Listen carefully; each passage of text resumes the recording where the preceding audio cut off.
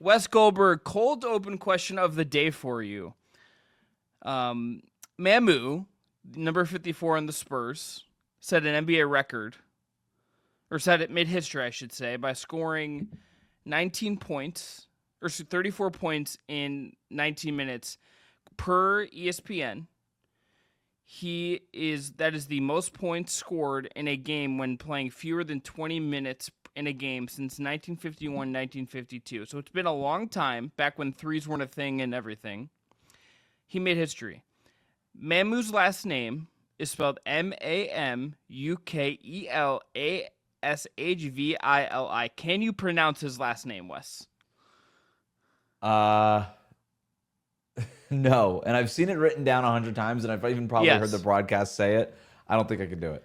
So this is the thing. I went back and watched highlights, and every time the Spurs referenced him, the broadcast was like, "Mam." They didn't say his name or call him Sandro. They were just like Mamu for 3, and it was like they also avoided saying the last name. Yeah, it's Mamish, It's like Mamukelashvili is what I almost, but it's like I cannot get that out in one go, right? Like I have to Mamukelashvili. Yeah. That might be close. I don't know.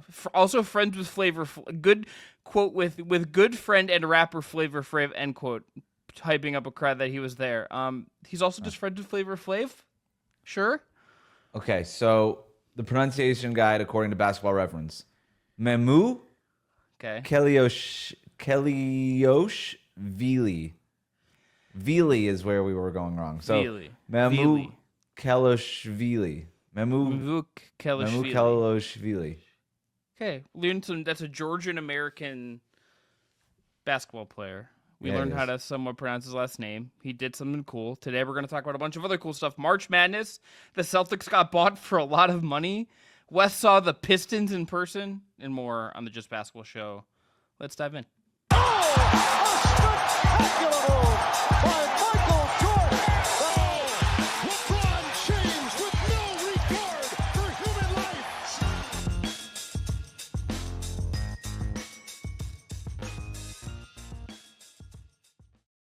What is up, everyone? Chris Manning, Wes Goldberg here with you on the Just Basketball Show. If you've not already, subscribe, rate, review on your podcast platform of choice. Hit subscribe on YouTube. Hit that notification bell. Do all that fun stuff. If you see our short form content, give that a like as well. It's all over the place.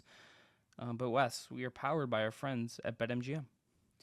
That's right. If you haven't signed up for BetMGM yet, use the bonus code JustBasketball. You'll get up to $1,500 in a first bet offer if your first wager with BetMGM. Here's how it works.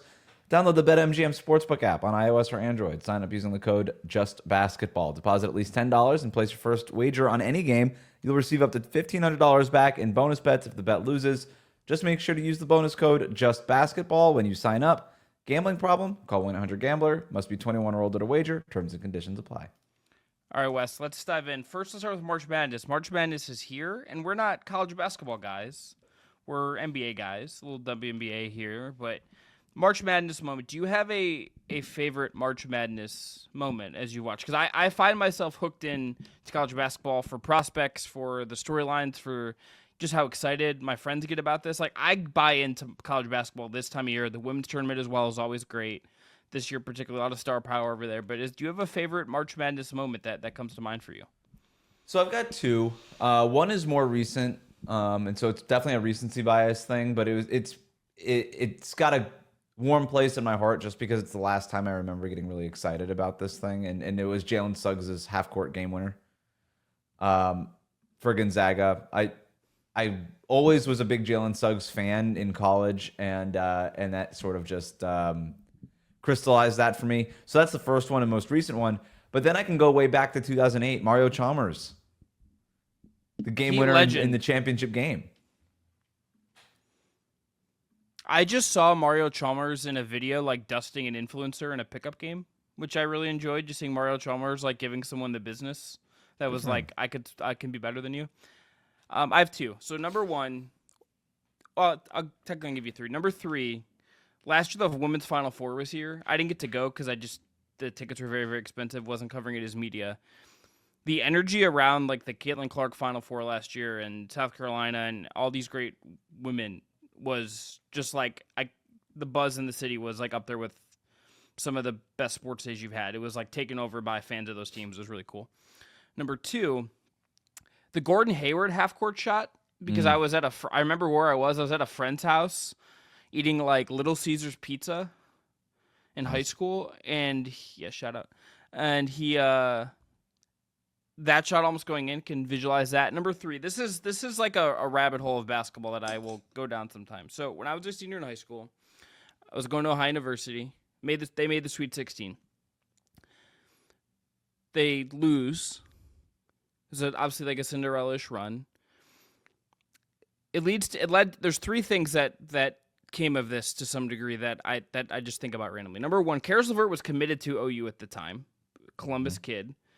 When John Gross left OU to go coach Illinois, he decommitted, ends up going to Michigan. So Karis LeVert was like this close to I was that very close to like overlapping with him at the same time at OU and covering him, which would have just been weird. I tried to talk to him about it once. He looked at me like, "Why do you care about this?" And I said, "I went to OU," and it was one of those like when you ask NBA players questions. Sometimes they're like, "Why do you care about this?" And I'm just like, Right. I don't know. I'm just trying to be curious. Number 2, DJ Cooper was the star guard on this team. I ended up interviewing Jay Billis for a story where instead of going through ESPN PR, I found Jay Billis's law email, like his lawyer, and he emailed me back and we talked on the phone for 45 minutes about OU point guard. Random. Don't know why he did that. Number 3, to the credit of the Warriors PR staff, I know you have fond feelings about them as well, Wes. Raymond Ritter gave me an interview with Travis Schlenk to talk about DJ Cooper, and DJ Cooper in the future played on the Warriors Summer League team. So maybe it It's has like- something to do with that. Yeah, I'm just saying maybe. Just saying maybe. No, I'm not. But it's just I do like this time of year. The more I like, it's just fun. I'm really hoping Cooper Flag can stay healthy. Is really the big thing. Like I really would like Cooper Flag to be healthy as long as possible on the men's side, so we could actually see him in some of these big games. Yeah, I think, there's a couple of things that's really cool about March Madness. The moments, the shots that we're talking about, you being able to find a guy that you just sort of fall in love with for a couple of weeks, and then all of a sudden you just have like a lifelong interest in this guy, right? And then there's the runs that really matter. The guy that pops onto the scene who increases his draft stock, and turns out that it wasn't a flash in the pan. It was just like, this guy's made for these moments. You think of Dwayne Wade and his Marquette run before getting drafted to the Heat in 2003, or Steph Curry with his Davidson run and what that meant for his draft potential, or there's a bunch of guys that kind of fall into this category. And so or Carmelo Anthony with Syracuse, even though everybody knew he was a top prospect. I mean, that was just a sensational run. And I'm always interested to see if anybody's going to pop that way. It doesn't happen every year, but like, for example, this year, Jace Richardson, lottery pick, on most boards. If he can lead Michigan State, which is one of the top seeds in the bracket, if he can lead Michigan State to a Final Four, what does that mean for his draft stock, right? And so those are also the kinds of things that now I find myself watching for more, as I have obviously more vested interest in the NBA part of this. Yeah, and look, you don't always get all the guys like the Rutgers guys aren't around. Some of the best players are not necessarily NBA draft prospects, like the kid at Auburn. Mm-hmm. Not particularly a draft. He's like a transfer senior. Like, it's just one of those things. Women's side should be very good as well. I'm gonna be watching more of this than I probably need to. But sometimes where the NBA is at right now, this is like a good little break and kind of a slog of the NBA. Yeah, it's a good time to catch up on the draft stuff. Like I was talking about, the fact that they have the men's and women's, sort of staggered, where you can kind of always have one of them on. Is going to be really cool. And by the way, it sounds like there's a ton of interest in the women's game, even without Caitlin Clark. And yes, that's huge, right? Like, there's obviously still names, you go Paige and some of the other girls and stuff like that. But it doesn't feel like it's as personality driven as it was with the Caitlin Clark stuff, where now it does actually feel like people want to watch these games for the games themselves. And that's a healthier, obviously, place for them to be. And so that's all of it's great. And I think the way that these networks are showcasing the men and the women's sports are pretty sensational. So Yeah. I've had it on all day. I've got it on right now as we're recording. I really need Clemson to come through and beat McNeese, or else I'm going to be losing my bracket challenge to my wife, which would be a bad look. The McNeese State team manager also got an NIL deal out of all this. Getting a lot of camera time during this game. Are we saying a little too much camera time? Is that where we're? I don't care for it Okay. since I'm rooting for Clemson right now. Wes just big Dabo Sweeney guy, which I didn't know. I am a big Dabo guy, by the way.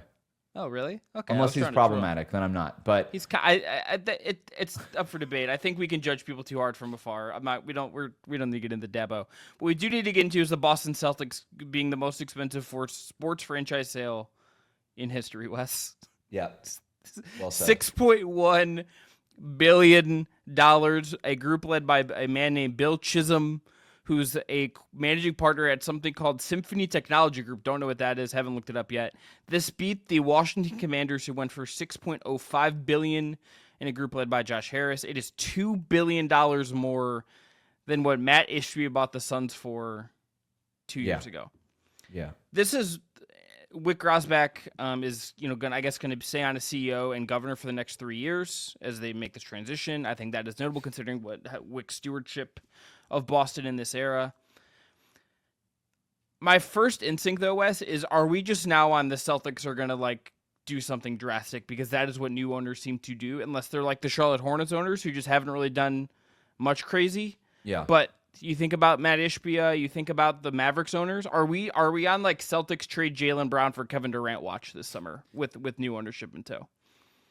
First, no. But there's a bunch of stuff that I want to get to with this that to me is really interesting, right? So this Chisholm guy, Bill Chisholm, that's an investment fund, right, that he's running out of California. He grew up a lifelong Celtics fan. Yes. Went to school there, then went to Pennsylvania for his master's, and then ends up in California running this investment business. And that's what he's doing. He's making billions of dollars, obviously. He's in charge of this classic ownership come-up story, right? So that's where he is. That's not as interesting to me as the part of him just growing up a lifelong Celtics fan, which a lot of these owners say that, but he actually grew up in the area, and I do believe him. That's the reporting around this is this dude was actually a sports fan. He played soccer growing up. That was sort of his sport. But grew up like a diehard Celtics fan, has reportedly this encyclopedic knowledge of the Celtics. So when you ask, is he going to do something crazy to blow up the team and go get his guy? I don't think so. I think he really, this is a championship team that he gets to take the reins over. So he's probably got a soft spot for everybody on this roster. So that's the first part of it. The other part of this here is that Wick Grosbeck and this current group, they're going to stay on as owner for 3 more years. Yes. So they've got some time here to figure it out. Now, sometimes when these guys say they're going to stay on for 3 more years, and then there's chances to kind of get your buyout early, maybe it's in 2 years or whatever, but he's asked right now to at least stay on for 3 years as Chisholm and his partners basically pay towards the $6.1 billion, because it's not like they write a check and then now they own the Boston Celtics. They're going to pay this out in percentages and sort of these staggered percentages, and they kind of go through these payment systems and whatever. So that's what they're going to be doing. So there's some time here. I say all of that to say this Chisholm guy is obviously loaded. Yeah. But now Grosbeck's obviously loaded. His whole thing, they bought this team for $300 million. He's made a killing. This is an incredible, turned your already big wealth into bigger, multi-generational wealth kind of. Yeah, and this is why people are like, why would you sell an NBA team at this point? There's never been more money. It's because you can go from a $300 million investment to now getting paid $6 billion. Yeah, that's why you sell a team for $6 billion. Yeah, I don't understand why people have such a hard time figuring this stuff out. Anyway, so owning the Celtics go one or two ways, right? Owning the Celtics is cool. Having $6 billion is cooler. Right, exactly. Especially if you've owned the Celtics for 30 years already. Yeah, you did that. Got a title last year. Did that. Won 2 championships, right? 2 yeah, championships to show for it, built 2 championship teams. So I guess they could go. So obviously, I don't think Grousbeck can make any major moves without getting Chisholm's buy-in probably first. Being like, hey, by the way, this is going to affect your product in a couple of years. Like, I would imagine that there's going to be some sort of agreement of some kind in that regard. But I guess he can go one of two ways, right? He could say, well, our payroll is going to be surpassing $500 million, $500 million. It'll be the largest payroll ever. Are we cool with that? And depending on how this year goes, maybe they say, you know what, we are. Let's go for the three-peat, right? Or they say, you know what, Al Horford, Drew Holiday, Kristaps Porzingis, maybe it's time to start making some tough decisions. To your point, Chris, Jaylen Brown, do we really want to be paying this guy $60 million? We love him. Is he worth it? I don't know. Like, those tough decisions are out there, but I guess they could say, well, you know, the current ownership group could say, well, we're selling the team anyway and making more money than we've ever dreamed of, so who cares? Let's just pay it and just keep trying to win some rings before we're out of here, because this is our last chance to do it before we're out of here. Or they could say, we've already sold the team. I don't really care. Let's just make sure that we're keeping as much of that money that we're making as possible. So they can kind of go in any direction. So to answer your question, I don't really think this materially changes any of the decision-making, but it's hard to know. And the number I would throw out is $500 million and above. That is the luxury tax payments coming for the Boston Celtics next year. Mm-hmm. I think even if they hadn't changed ownership now, Wes, we've known for a while they were looking at selling. I kind of have always felt like there was probably going to be something next summer, barring like a championship repeat where it's like you can't stomach getting rid of Porzingis for one more year or something because you won another title, and it's like, how do you blow that up, right? But I wonder if there's just like something that changes the DNA just a little bit next year just because of the new ownership and because of that $500 million figure. Maybe that was coming anyway. Maybe that's not just about new ownership. But I feel like that is absolutely in play this summer. Is that like someone's going to get someone from Boston at a lower price because Boston's like, it's just incredibly insane for us to pay this much in luxury tax. Yeah, and Bobby Marks had to tweet today about there's new luxury tax rules coming in for the new league year. That's going to make it even more painful to be paying the luxury tax. So I'm trying to find it right now. He basically said every $3 million that Boston spends on a free agent could cost an additional $25 million. That's crazy. So they have to. New owner, old owner, there's an owner, and this is too expensive of a team, and we all knew that, right? Like Al Horford, this is probably it. You know, he's an unrestricted free agent this year. Somebody like Luke Cornett, he might also be gone, you know, and I don't know how much stuff like that matters, but Cornett's a guy that gets minutes. You know, like these are the guys that are going to have to go. Peyton Pritchard even making, you know, over $7 million a year to come off the bench. Do they want to find a new place for him and say, you know what, it's Baylor Shireman's time? There's tough things. This Drew Holiday contract is not going to age well. No. And so maybe they try to get ahead of that. But like again, this is the way that Adam Silver's NBA is supposed to work, right? Is hey, you pay the crazy luxury tax for a year or two, you make your run, and then you kind of have to take a step back, and then it's somebody else's turn, you know, and that's sort of how all this stuff is designed anyway. Yeah. The other part of the reporting on here, Wes, that I think is notable and something for us to keep an eye on as we go forward, is that this could impact the timeline for NBA expansion. This is I'm glad you brought this up. I wanted to bring this up. Yeah. So this is in the bottom. This was the last graph of the ESPN story. Yeah, so a little buried. A little buried in there, this in some ways is like the more interesting nugget that we know. There's more like this. The Celtics thing is very firm and solidified, and we know exactly what it is to some degree with questions still to come. But like we understand the parameters. Expansion is this thing that keeps getting brought up and up and up, and yet I feel like I know less about it every time I read about it, frankly. So here I'll read the paragraph. Quote, this is a story from Tim Bontemps. Shams Charania had reporting on this as well to credit properly. Quote, the Celtics sale also could have an impact on the potential timeline for NBA expansion. For months, sources have said that process wouldn't move forward until there was clarity on Boston's situation and where the sale price wound up. Now that there is clarity, and at this kind of number, the league could revisit that timeline, sources said, end quote. So I can't imagine it's $6 billion, Wes. Like, that's my first thought. I wonder if it is $6 billion to buy in for Seattle. Maybe Vegas, I could see it. but I think we're gonna get some news on these things. Could we get like one early as this summer? Like I know that they have to already be vetting some of these things. Foreign involvement wouldn't shock me to some degree, whether it's the Qatari, whether it's Saudi money, like some kind of big international money coming in. I think we're gonna get something here, and I wonder what the price is and where they set that at, because I think that will be telling on maybe how good these teams could be right off the bat for one. Yeah, that's a great point. And I think we're starting to get closer and closer to expansion because you've got the TV deal, right? We got that finalized over the last 12 months. And then we have the Celtics sale, which, I don't know that sets the market for an expansion team. The Celtics are, an all-time, iconic team.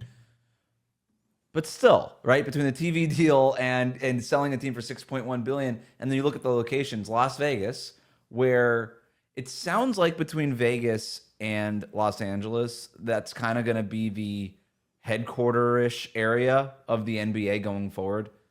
Obviously they have what they have in New York, but it really it's starting to feel more and more like they're pushing stuff toward LA and really Las Vegas between the NBA Cup and Summer League and all this stuff. They do like Vegas as a location. They've really embraced sports gambling in a way that I think is meaningful. You have the family and the company that owns the Dallas Mavericks hails from Las Vegas. Like there's a lot of Las Vegas ties right now, the NBA. So yeah, could a Las Vegas franchise with all the money flooding into that area go for $5 billion? Yeah, probably, right? That sounds about right. Seattle, maybe not quite that much, but $4 billion, something like that. And so you're getting an influx of money because all that stuff gets started split among the teams and things like that. So no, I think with this, maybe expansion is as close to being 3 years away. It's an 11-year TV deal. I think I have that right. Yeah. So maybe an expansion team coming in almost halfway through, a third of the way through that. That makes a little bit of sense to me, and that way the Celtics owner, the Celtics sale is done in 3 years. That feels like enough time to figure stuff out. I think the other thing I would throw out as needing to be figured out, quote unquote, is the local TV portion of this, because I still think that is like the one part of the TV deal for the NBA that isn't quite universally rock solid as of yet. Mm-hmm. It's still hard to watch your local team a lot of the time. Mm-hmm. You can use VPNs and stuff, but like frankly, like I'm in this group as well. It's like a lot of it's like more effort. You just want to be able to turn on your Apple TV, your Roku, whatever, fire up an app and watch your team. That is harder than it should be for a lot of people. It's also more expensive. I think figuring out like some version, and like I'm not sure the MLS Apple TV thing is like the best deal, and obviously didn't negotiate it this way, but I wonder if like League Pass becomes like a hub for all of these teams, and it's like from day one, it's like you guarantee to Seattle, you guarantee to Vegas, and then all the other fan bases. So I'm sure some teams would have, the Lakers, for instance, would have issues with this from a revenue generation standpoint in the way like the Yankees do in MLB. But I think that's something to watch here is just what happens with local TV, and can they like have that also in order? Because I think to launch these properly in these markets, whether they're going to a new one or whether they're going back to Seattle, I think they have to nail the local part of it. Like the local part of it matters just as much as having the money involved. Like it has to be done in a way that's going to motivate the local market. And Vegas will be, I think, really interesting in that because the A's are going there. There's obviously a lot already to do in Vegas. Fights, the Aces are there. Like you just go like a lot of people just go there to gamble. They don't really care about sports. Like there is a lot of competition there. So all of this has to be nailed. And I'm sure I would bet you this is just how this works. We all know this. It's probably, I would bet you it's more advanced than we know as of right now. And I think 3 years feels right for these teams to be on board. And, we're seeing lottery, we're seeing 7 protected guys in each team, whatever that's going to look like. Yeah, and LeBron James will presumably be retired by then too. Lines up. Yeah, the one thing on the local TV part of it, it'll be if Adam Silver had his way, everybody would just be on League Pass, and then that would be it, right?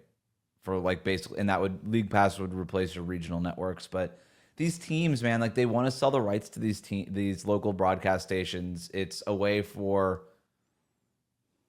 people of a different generation to tune into their team really easily. We're seeing stuff like in Phoenix where they're just broadcasting their games for free over satellite, which I think is an incredible idea and is very interesting for marketing purposes and all these other kinds of things. Just your general footprint. But yeah, all that stuff has to be figured out still. Clearly, there's a future there. But yeah, I think 3 years where we have a Vegas team, and I think there's enough talent in the NBA where expansion is also starting to make a lot of sense too. Yeah, I think expansion, talent coming up, I think it'll be good. And frankly, I wonder if team owners would also like this because it could allow them to get off some salary they don't want to pay anymore. Yeah, because you'd unprotect those guys. Yeah. Yeah, you'd be like, hey, like I have this guy making $25 million, and I'm not excited about paying him anymore, and we're nearing the second apron or whatever. You give a second-round pick to the Seattle franchise to take him, and you move on. I think that's going to be the kind of stuff that we see. All right, Wes, let's go to the Pistons. You saw the Detroit Pistons live and in living color. Our Detroit Pistons. That's right, our Detroit Pistons. What stood out to you seeing them in person? Was it? And this was not the first time you'd seen them in person this year, correct? No, it's not. But it was the first time I saw them since it was clear that they were going to be a playoff team, and they're a lot better now than they were earlier in the year when I saw them. So, yeah, I'll start at the beginning. I was watching Cade Cunningham warm up. I'm courtside in Miami, just sort of watching him go through his shooting routine. And this kid in a Detroit Lions Matthew Stafford jersey, probably shout out 9 or 10 years old. This kid, I'm bad at figuring out kid ages. Yeah, same. Which isn't necessarily a bad thing, I don't think. But no, I kind of think it's a good thing if I'm being honest. You don't want to be like really good at that. Yeah, if you're like a little too aware of like how old the kid is, like I Right. might be putting you might be put on a watch list. Like, Right. It's like, I even know what sign that kid is. It's like, all right. Anyway, 9, 10 in that ballpark, probably Sure. wearing his Matthew Stafford Detroit Lions jersey, and he's calling, like, Cade's going through a shooting routine. He's in the corner. He's like, I don't know, a few feet away from me, a little bit further away from this kid, and this kid's just going, Cade, Cade, Cade, and he finally turns around and he high fives this kid, kind of daps him up, and this kid loses his shit. Like, he's like, oh my God, like bug-eyed. It's adorable, right? And then he gets the ball. Cade Cunningham gets the basketball from, the guy that's rebounding for him. Passes it to the kid, and he goes, do you want to help me out? And the kid's like, yeah. And so he passes him the ball, and he's like, all right, pass it back. And he passes it back. Cade turns around, makes the corner three, and the kid's just losing his mind. He's having the greatest day of his life. Cade makes a couple more from the corner, turns around, points to the kid, says, thanks for your help, and then walks away. Hell and yeah, this kid's Cade. dad is like videotaping. How old am I? He's like recording the whole thing with his iPhone. What is he like? LeBron? Is he LeBron flip phone recording? Is he Devin Booker with the cam? Like what kind of camera are we using here? Right. So he's recording this whole thing, and that's an awesome moment, for that dad to have with his kid, and for obviously that kid to have for his presumably favorite basketball player. So I only tell that story because I literally just smiled, and I thought that was a really cool thing for Cade Cunningham to do while on the road, right? Recognizing a fan on the road. I thought it was really cool, and now Cade, I like him even more as a person and as a player. Like, he's a dude. Well, and then he delivered. Is like the thing. It's like then he Well, also. what if he had hit the game winner from that corner? What that kid would have been like, I'm in charge of that game winner. Well, but did you see that would have been? I don't know. I saw the clip going around this week. I didn't watch it live, Wes. Of the John Cena has turned heel. If you're aware of this, and he Somehow pointed I at. am. Okay, so, and then everyone should just be aware of John Cena. He's one of our like few like I think universally like celebrities. Did you see he like called out a kid in the audience, and like this kid looked like John Cena like personally walked up and punched him in the face because he called the kid like a leech, basically, like called every fan in the crowd, and specifically shouted out this kid who was dressed, who had the shirt and the wristbands and the hat that John Cena was wearing in the ring in Brussels. And then John Cena like called this kid out. He's become a meme because he looked like he just like it was the opposite of this kid in the Stafford jersey. Poor Is kid. what I'm trying to say. I Down felt with real John bad. Cena. Yeah. So that I tell that story, and then obviously the game happens. It wasn't Cade's best game.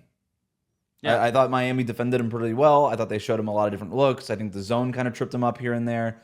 I thought Bam kind of flattened out all of their pick and roll and everything that they were trying to do.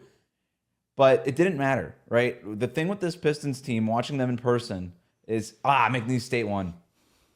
All right, whatever. Well, Wes and I are the only two people on the internet who are apparently out on that team manager. So yeah, I just care about my bracket. The stories are secondary to my personal bracket. Whatever. I had Clemson losing in the next round anyway, so I guess it doesn't matter that much. So your wife picked McNeese State? Yeah, and I'm like, why?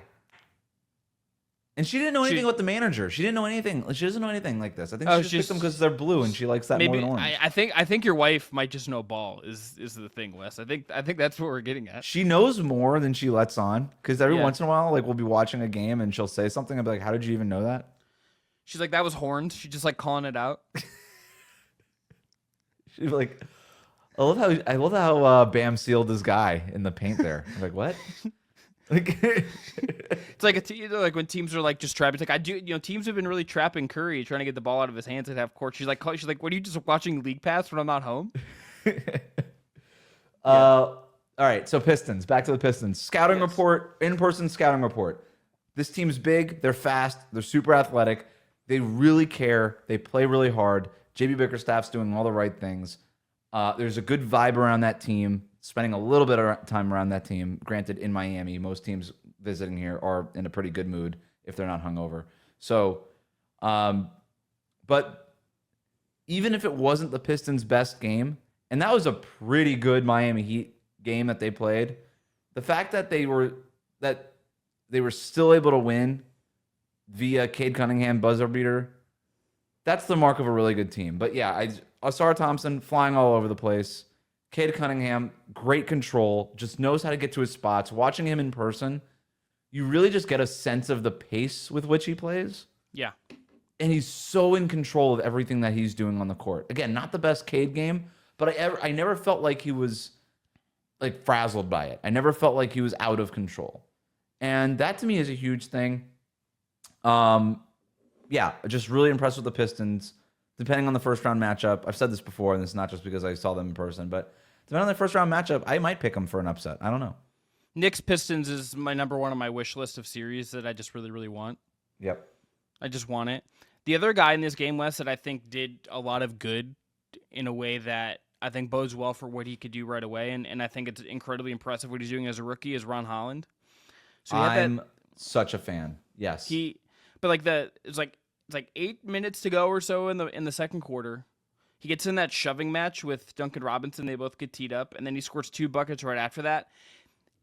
The fact that he's like he does everything really well. He's solid as hell, but the fact that he's like that gritty and willing to scrap and like speed the team's like feisty spark as a rookie when he's played in every game this year, I just love that. Like, give me all the Ron Holland stock that I possibly can have, and then like for him to even just.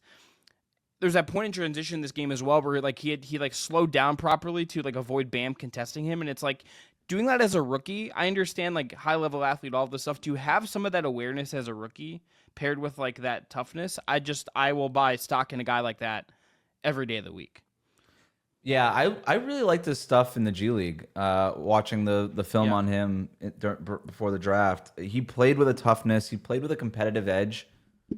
Just with that. Frankly, you just didn't see from that G League Ignite program. Like a lot of the guys that have come through that just didn't really have that competitive edge. Yeah. And he was just the opposite. He was flying around the court, getting steals, making defensive plays, and all this stuff. And I'm sure you remember, like when the Pistons took him, where they took him pretty high. Yeah. And they were criticized for it. They're like, "What are you talking about? This team needs shooting. You got him and Asar Thompson and Cade. Like you just have all these long rangy guys, but no shooting." He went 5th ahead of guys like Klingon, Rob Dillingham, Cody Williams. Like, obviously not a great draft, but like for considering, I think he was the project he was viewed as very risky for a team that felt like it was trying to level up kind of more immediate with every decision they made last year. But they obviously thought he was the best guy on the board. And when I think about these bad teams, when you start talking about fit in the top 10 of the draft, I'm like, what are you even talking about? Like half these guys on the roster are not going to be here in a couple of years. Like who cares where they fit right now? This is all projecting forward. And if you think Ron Holland's the best player on the board, take the best player on the board, and the Pistons obviously did that. So I liked the pick at the time. I didn't care about the issues with the fit or whatever. And I feel pretty good about it. I was high on Ron Holland in the first place, and so I probably would have liked him wherever he would have gone. But yeah, I think it obviously was a great pick for Detroit, and they just have a personality. Like, he's part of what they wanted to do, right? Like, people don't think about this. It's like, what kind of personality do we want to infuse in this team? And Holland being a try-hard, competitive guy, like, that's what we want. We want the Ron Hollands, the Isaiah Stewarts, the Jalen Durans, the Asar Thompsons, the Cade Cunninghams, like these guys with snot factor. Those are the guys we want.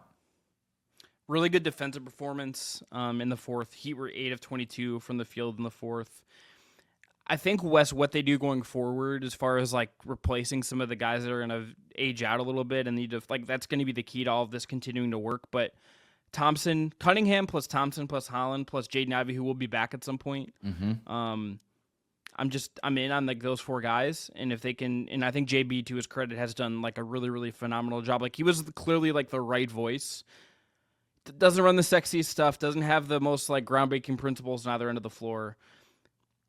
Cavs fans were sick of him at the end. It was really weird when he got booed in the opening night of the season when he came back, and I don't think he really deserved that. But it's like, this is like this kind of adult coach. Sometimes you just need that to like reset what's going on, and he's done great with that. Before we move on, Wes, and get to the Warriors, can you give me just like a minute spiel on what's going wrong with the Miami Heat right now? Emotionally exhausted. Okay. I give you 2 words. I that's it, man. Like, we could talk about X's and O's and things that they could do better, and they could definitely do things better, but this team is just emotionally exhausted. I mean, they're not doing the things that we're used to seeing the Miami Heat do. Even in that fourth quarter, like, there's a couple of blow-bys that are very uncharacteristic. Just sort of losing Tobias Harris on a back cut in crunch time. That's just stuff that Eric Spoelstra teams don't typically do. They're usually pretty dialed in on that stuff, but this team is just emotionally fatigued from the whole Jimmy Butler thing, and clearly need to find themselves, and it's been harder than I think they anticipated, and it just feels like everything's sort of spiraling for them right now. That Khalil Ware block, though, I texted you about this like early. Sign me up. I don't know what they're gonna do this summer, Wes, but like, if you get another real guy there with Hero, and you have Bam and Ware and some of the other role guys, about maybe a better year for Hawkes next year, I'm gonna still be in on the Heat being a pain in the ass. I will just bet on a rebound for them. Kevin Durant on this team, honestly, makes so much sense the more and more I think about it. Like, just give me KD on the Heat. Let's go. I think they would love it, right? That's an obvious fit there. They're better than what they are. This is the first time in a very long time that an Eric Spoelstra team hasn't played better than the sum of its parts. Yeah. They're better than what they are. I expect to bounce back next year, too. Probably not to contenders unless they make some sort of big Durant-type move in the offseason and some other things go their way, but they should be back in the playoffs next year. Yeah, I would think so, and that's got to at least be the standard for them. All right, we'll finish up today with the Warriors. Last I checked, Wes, I think it could be 14 now, but it's 13-2 Jimmy Butler. And also, Draymond Green has been publicly agitating that he should be Defensive Player of the Year, particularly after Wembanyama. The odds now have him at BetMGM at plus 200, so the odds have shifted. Evan Mobley is definitely the favorite now, but it is not an overwhelming favorite. Which of those two Warriors adjacent things Draymond sees in his defensive player if this team... Well, let me just ask the blunt question. We can get into Draymond's maybe part of that. With Jimmy and what you've seen from them, is this team a legit... have you seen enough where you're convinced that this is a thing that can make headways in the West this year right away, considering their record with Jimmy so far? So the record with Jimmy is impressive. I still need to see them... Like, that Milwaukee Bucks win the other night was the most impressive win during this run, and that they did it without Steph. That was their first win against a good team at full strength. But to me, the Warriors, like, they're good, and I'm not trying to take anything away from it, but I do want to see what they look like against playoff teams consistently. The Warriors, to me, in the West are the most matchup-dependent team. They could either lose in the first round or make it all the way to the Western Conference Finals, depending on their matchups, right? So the thing with Draymond is the way he defended Giannis, and I wrote this up for Fansided on Wednesday, was it's another reminder that this guy is just a generational defender. Like, what he did against Giannis on Tuesday night was just bananas, dude. Like, I can't believe that this guy can keep doing this all the time. Like, he is at the same time defending a high screen roll between Damian Lillard and Giannis. He's at the same time guarding Dame while getting back and blocking Giannis's shot. Giannis, who's has got 5 inches on that guy. It's absolutely crazy.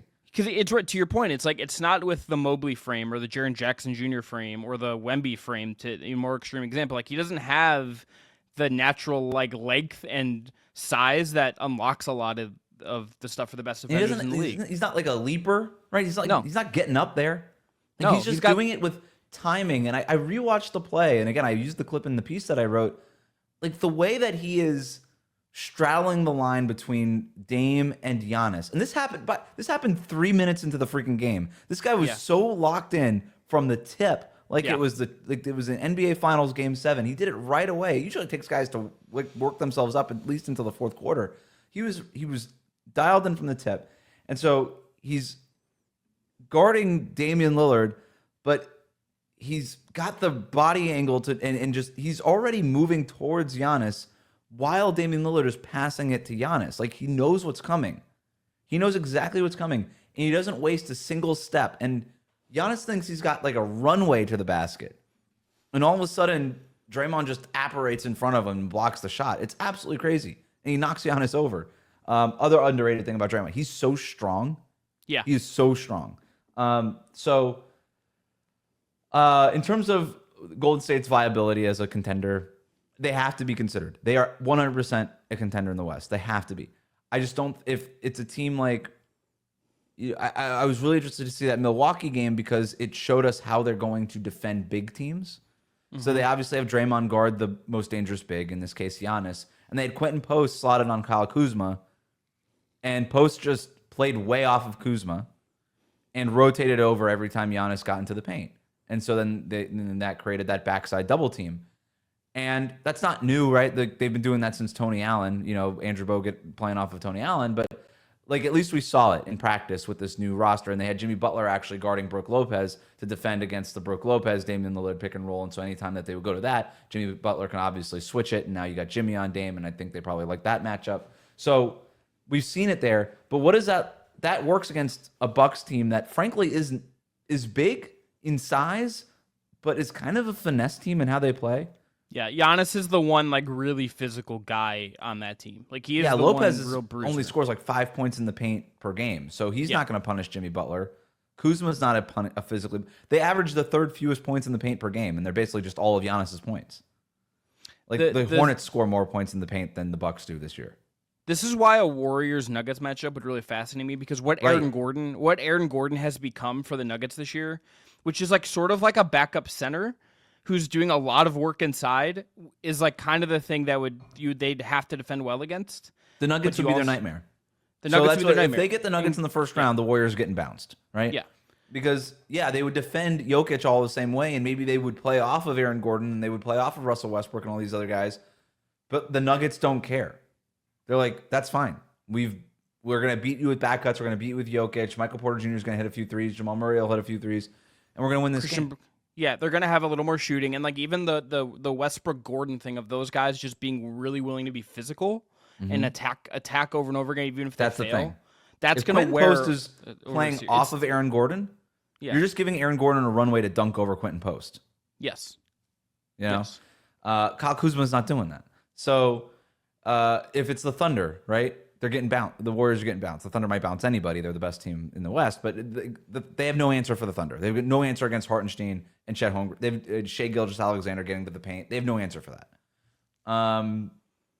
The Lakers would be really interesting, right? Because LeBron and Luka get to the basket, right? And you've got two of those guys, plus Jackson Hayes is a lob threat. Rui Hachimura could be physical at times. That to me would be a little bit more of an interesting matchup. Yeah, but even then, it's LeBron and Luka, I think, are if you were to say who are the two guys, Shai to some degree as well, but he is more of a footwork kind of guy. If there's two guys that are not going to get phased by driving against Jimmy and Draymond, it's LeBron and Luka. That's other teams could be a little more skittish against it. The Lakers will absolutely not be, even if it's Jackson Hayes as a lob threat and not someone frankly just. And the Lakers have had Golden State's number the last few years. Especially in these playoff play-in formats. Does Jimmy? They didn't have obviously the Warriors didn't have Jimmy Butler, The Lakers didn't have Luka Doncic. Okay. Yeah. So I asked the question, which one matters more? No, but I think I think there's matchups where the Warriors can go. Like, I'm not saying that the Warriors wouldn't beat the Lakers. The Warriors could win that series, right? If that's right now, if we freeze the standings, that would be the 3-6 matchup, by the way, which would be fascinating. I think the Grizzlies would be really interesting, right? Because they're a team that gets into the paint, but they're really young. Where the Warriors experience, I would probably pick the Warriors against the Grizzlies in a series. Warriors Rockets, like, what does that look like? Houston's got size. They play in the paint again, really young. What would they do against the Warriors when they spread them out? I think these are really interesting questions. So, I know I barely answered your question, but that's how I'm answering it. I think you did, because I think it is matchup dependent. And then there's the Steph Curry factor we haven't really mentioned in this. But if you told me that there was I could totally see a scenario, Wes, even against teams I think they're going to lose against because of the ferocity and frankly just like spite Draymond is playing with right now, Jimmy's spite factor, and then Steph's just like, no matter who's guarding him, he could have like 3 40-point games in a series. And I wouldn't be surprised. If you told me that was a recipe enough to make like the Western Conference Finals or something, yeah, would not at all be shocked. And if they took the Warriors to the Thunder, to like 7, I'd be like, yeah, that makes total sense that happens somehow, even if they don't win. What they have is a belief, right? And that's maybe the biggest thing that Jimmy Butler has added to them is like, oh, now we have another dude.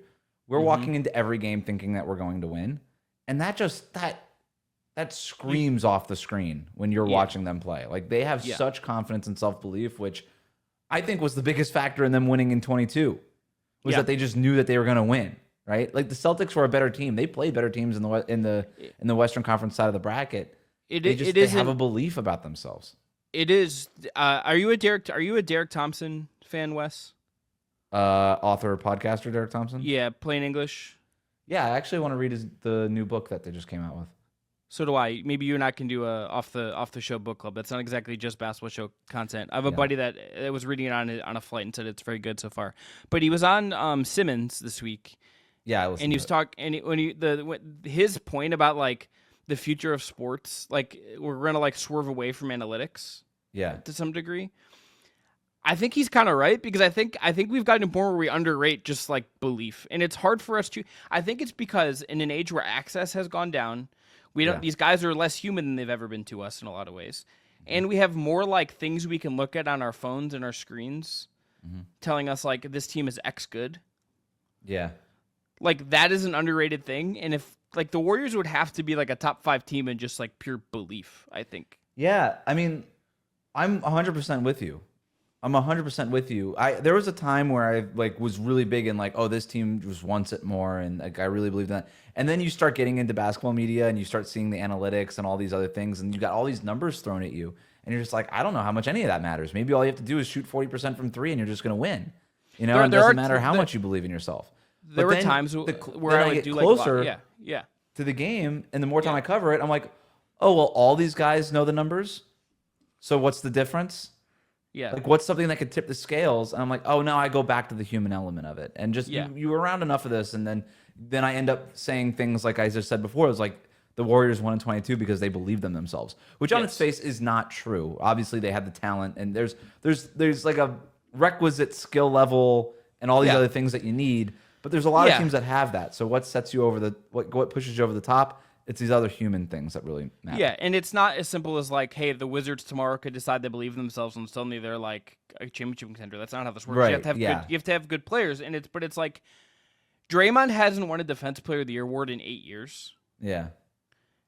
The fact that he is still just like hungry about this tells me so much, that he is like annoyed about this, and he's like, I should be winning this. The advanced metrics matter. All the Excel spreadsheet stuff matters, but also the locker room matters. Like, it just turns out all of it matters, and that's why all of this is so complicated. I don't know why we have to like be diametrically opposed to like, are you an analytics guy or like a heart and hustle guy? It's like all of it.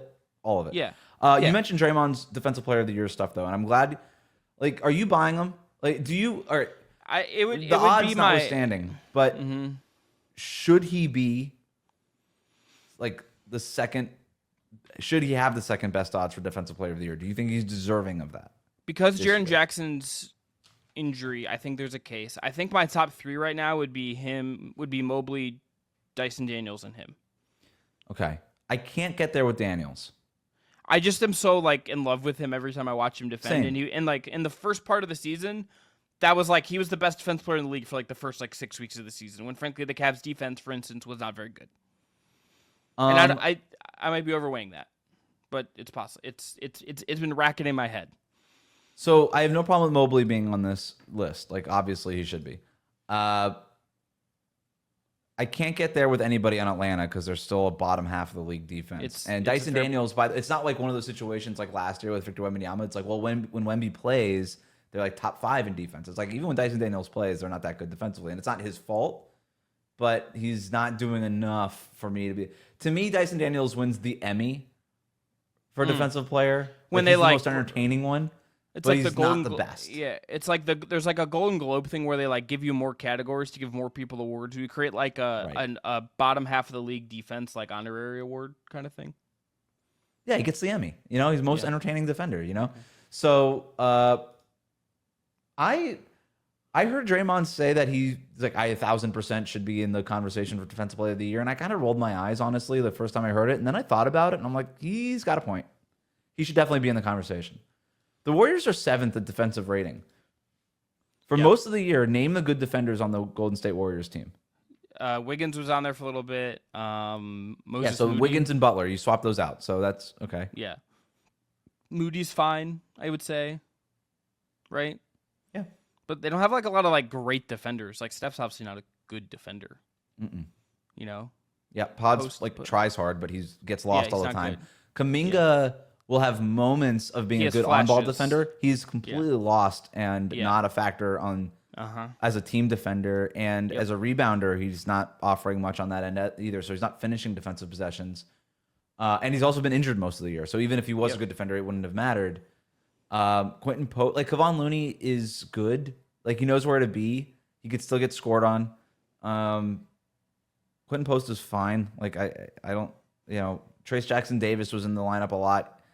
It was a little trick or treat with him too. Like to your point, Chris, like there's not a lot of great defenders on that roster. So you go back to like, how is this team 7th in defensive rating? I think Steve Kerr gets a lot of credit, but it's Draymond. Draymond's the reason. So I have no problem with Draymond being there. And if you wanted to vote for Draymond, that's fine. It's kind of wild that he only has one defensive player of the year in his career. Look, no, I don't mean this is shade, but we gave the NBA media gave the voting block for these awards gave a lot of these awards to Rudy Gobert. Right, and I think Gobert deserved some, maybe not all. But Draymond should have more than one. He's the greatest defender we've seen in a generation. He should have more than one of these. And then I also look at another guy, Ivica Zubac. He needs to be. Like the Clippers have the 3rd best defensive rating in the league. I think Lou Dort should be in this running as well. Agreed. I mean, the Dortcher chamber is a real thing. He could be the most like. I think there's like a world where he's like if they play Boston in the finals, there's a world where he's the 2nd most important player on the Thunder in that series. Like it's absolutely in play for him to be there. Here are the odds right now at BetMGM. Mobley's -200. Draymond is +200. Dyson Daniels is +1,000. Oh, Jaren Jackson right there. I mean, it's a 2-man race, basically, is what they're saying between Mobley and Draymond. Yeah. Jaren Jackson has dropped to +1,400. Dort is at +1,600. SGA is at +8,000. Zubac is at +15,000, and Jalen Williams at +20,000. I agree. Zubac should be like 5th. But Zoo should be way up. Zoo should be it should be a race between Zoo, Mobley, and Draymond, in my opinion. Yeah. And if you want to put Dort in there, I'd be good with it. Yeah, I think Daniels deserves to be there as well, as I said. But I think, like, to me, it's a Mobley, like, the best 3 outside of Wemby this year have been Mobley, Jaren, and Draymond. And that would be my 3 if all 3 were there. This is kind of frustrating because it's like we are so, like, we have most of the right names. Yeah. I mean, maybe it's not. This is just how betting works, right? Is Draymond says something and he's got such a platform that all of a sudden his odds just shift. And this was a much more productive use of his platform compared to the last time he made headlines for something he said. But Zoo's not going to get any votes, man. And that's no, he doesn't say any. Yeah, and he's on the Clippers. He doesn't really speak for himself in that way. Like, I've got a list for you before we sign off here. Yeah, please, let's go. Top 5 vintage guys in the NBA. Vintage guys. I like the framing here. Okay, let's go. Number 5. So this is like when you're watching them and you're just like, oh, wow, I didn't realize I was getting a vintage blank game tonight. This is really fun. You know? Okay. So just not necessarily in quality, but just in funness to watch. Number 5, Russell Westbrook. Could be higher. I was surprised he wasn't. Number 4, Draymond. I love a Draymond masterclass, man. I loved watching him on Giannis. Like, it was so fun. Like, he makes defense fun when he's locked in like that. Just to emphasize this point again very quickly, the fact that he is doing this 8 years, like he's still this good 8 years removed from winning this award, and like the Warriors at their like throttling apex is honestly astounding. Like I don't know if I would have thought this would be the case. He'd be this good in 2025 back in 2017. And he's not that every night anymore. No, I mean no one. He can't be. But he he's can't still be really good every night. And when he can still, and to your point, when he can dial it up like this, it's like when Steph just goes off. You're like, I can't believe they're still doing this. It's absolutely crazy. Yeah. Number 3, Kawhi. Sneaky good one on the list, Wes. Because Youngest just kind of player like, on this list, but oldest body on this list probably. Okay. I think definitely the oldest body on the list. Number 2. Most surgeries. Steph Curry. I think a lot of people would have him number 1, but not on this podcast. Because number 1, LeBron James. Yeah, I mean, I think LeBron's the number 1 because I recently the him talking to the Kelseys about the guy who's like LeBron's been in the league for X amount, he's not going to keep this shit up anymore. That tweet, and then the guy who's like LeBron's 40, he's not going to be able to keep this up for much longer. It's like he is still just doing this shit, and he's old as hell.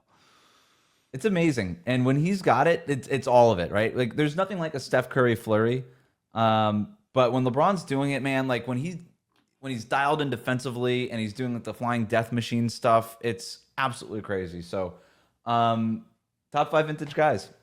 We're in a good spot. I love it. It's a great list. Love the old guys still kicking it. I think next year if we redid this list, I would put a hedge on Kevin Durant having like a joyful like 50-point game. Yeah, I haven't put Durant on it because I feel like he's just been the same for 10 years, and I mean that as a compliment. I just like I don't really know the difference between now Durant and Durant from 7 years ago. Yes. Yeah. Just get him on the Heat for some joy. I like it. All right, we're gonna end there. Do you think he played chess like Jimmy on the beaches? Is my question, but we'll see. I'm Chris Manning. That's Wes Goldberg.